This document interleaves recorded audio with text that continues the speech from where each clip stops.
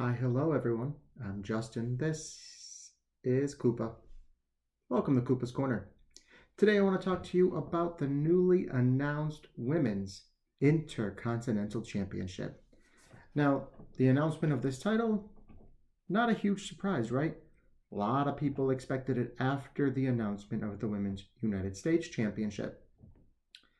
And it's fair. Why should the women of SmackDown get a new title and not the women of Raw? There's a lot more women on Raw as well. So again, just same thing with the United States Championship. I think this is going to be great. I think there's going to be a lot of opportunity here, and I'm looking forward to seeing some women who are not typically in the spotlight get the spotlight. And just like when that title was announced, I made a video kind of discussing the women on the roster and who I thought would be a good candidate and who I didn't for the first ever champion of that title. And I'm going to do the same thing for the Women's Intercontinental Championship. I've got the Women of Raw, the official Raw roster as of the WWE app. And I've got 4 categories. It's going to be who's likely to be the first champion and would be a very good first champion. I've got likely but not so good, not likely but would be very good, and neither likely nor good.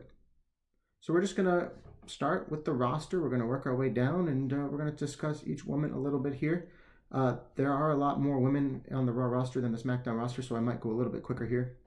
And I apologize if I don't spend enough time discussing one of your favorite superstars. But let's just jump right into it. And the very first woman on the Raw roster is Alba Fire. Now, Alba Fire is a very interesting person, right? She's someone who's definitely underutilized, has had a little bit of opportunity here and there, and has definitely made the most of it, has shown up for it when she's gotten it. However, the women's tag division is not super prestigious, and it doesn't get a ton of spotlight, and I'd hate to break up a tag team. I'd like to really see a focus on the women's tag division, particularly now, hopefully, with Bianca and Jade are going to be moving on and getting a proper singles feud. They don't have to have a chokehold on the division. A lot of the women in the tag division aren't big stars, but they could definitely make stars of themselves with proper storylines, proper time. And so most of the tag teams here, I'm going to not try to split up to give a singles run to. I may at some point. If I think someone is better served not in the tag division, but we'll get to that when we get to that. We're starting with Alba Fire, and I think Alba Fire is neither likely nor good. She wouldn't be a first good champion. She should focus on the tag division. And we're going to move to Asuka. Asuka is somebody who I think could be likely if she was around, but she's, I don't know if it was an injury, but she hasn't been around for a while. Damage Control, it was her and Kairi Sane mostly in the tag division while Io Sky had the world title, and Asuka disappeared, and I think she was out with an injury, if I remember correctly, but it's been a while. So because she's not actively competing on a regular basis, good chance that she's injured. I'm going to say that not likely nor good. I think that it's just, focus on healing up. We'll see you when we see you. Becky Lynch. Becky Lynch is officially on the Raw roster on the WWE app, and as far as I remember hearing, her contract was up, and she wasn't really interested in coming back right away. She just wanted a little bit of a break. Though there was some rumors going around that like when she came back, she would come back to the WWE. She wasn't going to shop around like Sasha Banks did.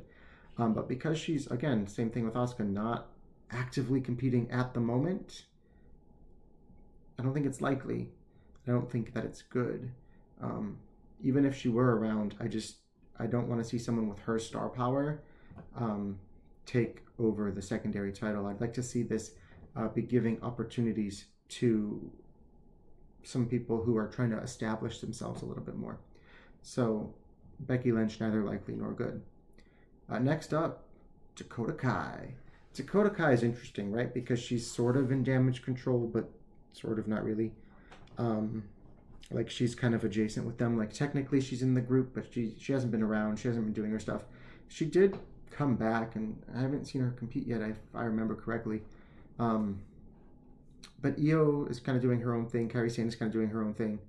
Um, I think Dakota Kai would actually make a really good champion. I think that she's likely somebody, she's got enough star power, right? She's not like too low, but she's not like one of the top stars. So she's got that sweet spot in the middle to kind of bring a little bit of prestige to a brand new championship. And she's got the work ethic, she's got the in-ring ability. She'd be a really good first champion. I think Dakota Kai is someone who's just sort of been held back by lack of opportunity. And it was the same thing with her ex-tag team partner, Tegan Knox, who unfortunately is no longer in the company. But I think Dakota Kai likely and would make a great first champion. Moving down, we've got Isla Dawn, neither likely nor good.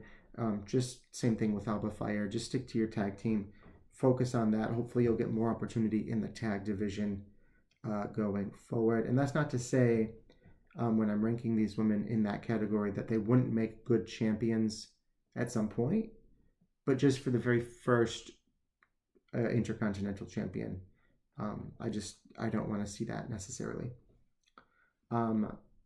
Ivy Nile. Ivy Nile is someone who I don't think is very likely. I just don't think she's got the star power yet, but I think she would be a very good first champion. So not likely, however, very good. I could see her having a run with the title, especially with like Chad Gable there, kind of in her ear, coaching her a little bit. I think that would be really entertaining. There'd be some storylines there, and it would be shining some spotlight on a woman who doesn't necessarily get enough spotlight. So yeah, I think that she would be very good. I don't know if she's got enough star power yet to be the very first champion, so not likely. Going down the list, Kairi Sane. Kairi Sane is someone who I think actually would be pretty likely. Right? She's got some star power. She's got some recognition. And if Io Sky is getting another world title shot, if Io Sky is going to be competing in the War Games match, or has just competed in the War Games match, depending on when I release this, and they're not doing tag stuff, I could see a reality where this happens. However, I'm going to say as likely as it is, as I could see it, I'm going to say not very good. If anyone from Damage Control is going to get the opportunity, I really think it should be Dakota Kai. And I'm going to say not very good for Kairi Sane because I don't want to see that opportunity taken away from Dakota Kai. So going down the list, Katana Chance. Katana Chance. Now this is an interesting, right? Katana Chance and Kaden Carter, their tag team, but they haven't gotten the same kind of spotlight that some of the other women in the tag division have gotten. And their characters as a tag team are very one-dimensional, right? And I think that Katana Chance, for a while, was wrestling with her real name, Casey Catanzaro. She's got a little recognition, a little bit of a fan base from American Ninja Warrior before she came to the WWE. She's done some cool athletic stuff. She was in the Royal Rumble. So she's definitely got a higher ceiling than her tag partner. And she is somebody who I wouldn't mind them splitting up the tag team and seeing her get an opportunity on her own to shine on her own. I think that she's severely underutilized for someone as athletic as she is and someone with the outside connection that she has. So I don't think it's very likely, but I think Katana Chance would be pretty good. Whereas her tag team partner, Kaden Carter, I also think is not very likely. However, I don't think she'd be nearly as good between the two of them. So Katana Chance, not likely, however, very good. Kaden Carter, not likely, nor very good. Then Kiana James.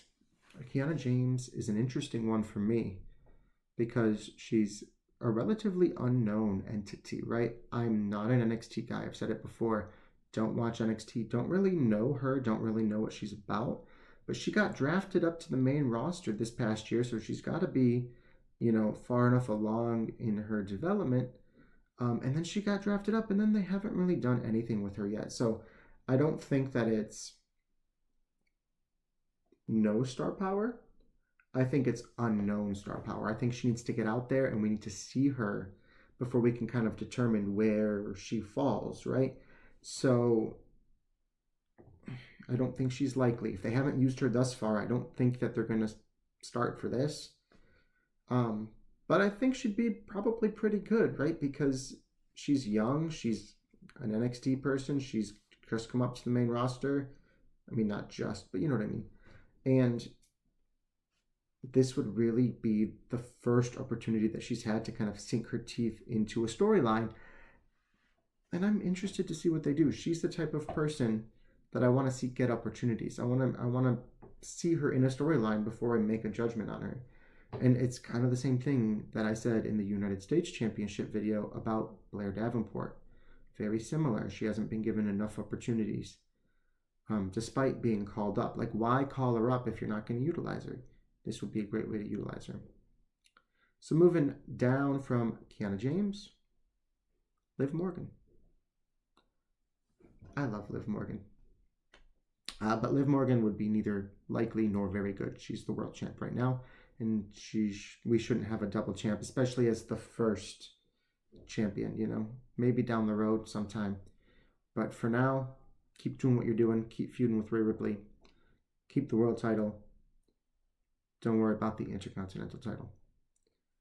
Lyra Valkyria is next on the list. Likely. Also very good. Yeah, she's up there with Dakota Kai. I think that there's a really good chance that she becomes the first ever Women's Intercontinental Championship. She's also an NXT call-up, kind of like Kiana James. She's been utilized a lot more, and she's been associated with names like Becky Lynch. So there's a little bit more star power there, and there's a little bit more faith from WWE management behind her. Even though she isn't always being utilized to her full potential, there's been glimpses of it. So I'd love to learn a little bit more about her and see her a little bit more in action. Because again, I don't really know her from NXT, so let's give her a chance here and see what she does. I think that she's up there, likely and very good. All right, let's see here. Who's next on the list? That is going to be Maxine Dupree. Maxine Dupree, neither likely nor very good. She's in a comedy act with Otis and Akira Tozawa, ex-protege of Chad Gable. Got a lot to learn, got a lot to grow. The few times we've seen her in the ring have been absolutely atrocious. And, just keep giving her chances to learn, keep giving her matches, keep giving her practice. Maybe she'll get there. But as of right now, no, she's not there. Natalya, I haven't seen Natalya on TV in a while, and Natalya is the old guard, man. We don't need Natalya to have a run with the title as the first champion, right? She's somebody who could win it down the road just to kind of flesh out her career accomplishments, give her something that she hasn't done yet. But no, for now, let's focus on some younger upcoming talent. Natalya would make a great challenger. She'd be great at putting over the first champion, but I don't think she should hold that title in the immediate future. So neither likely nor very good for Natalya. Next up would be Nikki Cross. Nikki Cross is somebody who, prior to the Wyatt 6 storyline, I could absolutely see as the first ever champion, right? She's right in that sort of sweet spot of popularity where she's like kind of over, but she's not like a top star. But now there is the Wyatt 6 storyline, and she's kind of off doing that. Let her focus on that. That is going to be significantly more interesting than a run with the title, particularly as this character. I feel like kind of the only way right now that she could do that is if she sort of dropped the character, But I don't want to see that. The Wyatt 6 are awesome, so let Nikki Cross do Nikki Cross. Rhea Ripley. is next up, and Rhea Ripley is neither likely nor very good as well. She's doing bigger and better things. Let her focus on those. That's all. She is the star of the women's division. She is the star of a generation. Maybe sometime in the future, but for now, focus on getting back at Raquel. Focus on getting back at Dom. Focus on getting back at Liv. Rhea Ripley's pretty locked in, at least through WrestleMania. We'll just move on. Next up, officially on the Raw roster, is Scarlett. Scarlett is someone on the Raw roster. Has she wrestled on Raw or a PLE ever? I thought she was more of a valet than a wrestler, but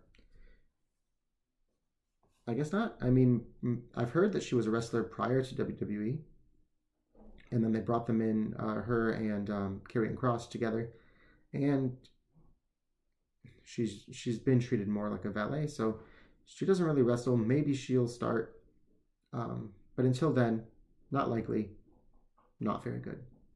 It is what it is. All right, I've got a couple of names. Shayna Baszler, Sonya Deville, Zoe Stark.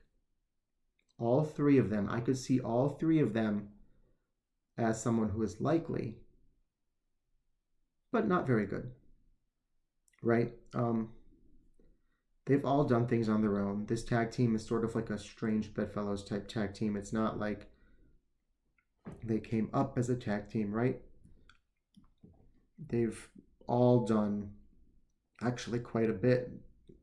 Well, more Shayna and Sonya than Zoe, but they've still, all three have had singles runs, singles feuds.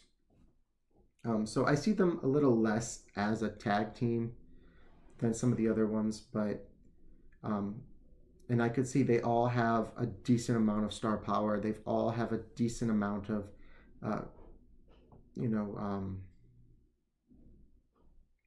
they're recognizable, right? They're names that kind of fit this bill. And the only reason I say not very good is just because I think that let's see how this tag story plays out for them. They seem to be having fun with it. They seem to be making the most of it. But if the tag team were to break up, I think all three of them would be very good Intercontinental champions. So, TBD. But for now, as a tag team, that's the only reason why I'm going to say not very good. But I could see all three of them as a likely candidate. So don't write them out yet. Finally, one last name. Zelina Vega. Zelina Vega, both likely and very good. This title was made for someone like Zelina Vega. Yes, Dakota Kai would be very good. Yes, Lyra Valkyria would be very good. Zelina Vega should be the first ever women's Intercontinental champion. She should be. She is exactly the type of person who shows up and shows out every single opportunity that she gets. They know they can rely on her. They give her opportunities when they need her, and yet in the in-between they do nothing with her. And so every time she starts to make a little bit of a name for herself, she starts to fall back down. More storylines, more opportunities should benefit someone like Zelina Vega. She has got some star power. She has got the in-ring ability. She's kind of over already with the crowd in a pretty good way. I mean, it should be Zelina Vega. It should be. She should be the first ever women's Intercontinental champion. At least, in my opinion. Now, guys, let me know what you thought in the comments. Did I get them right? Did I get them wrong?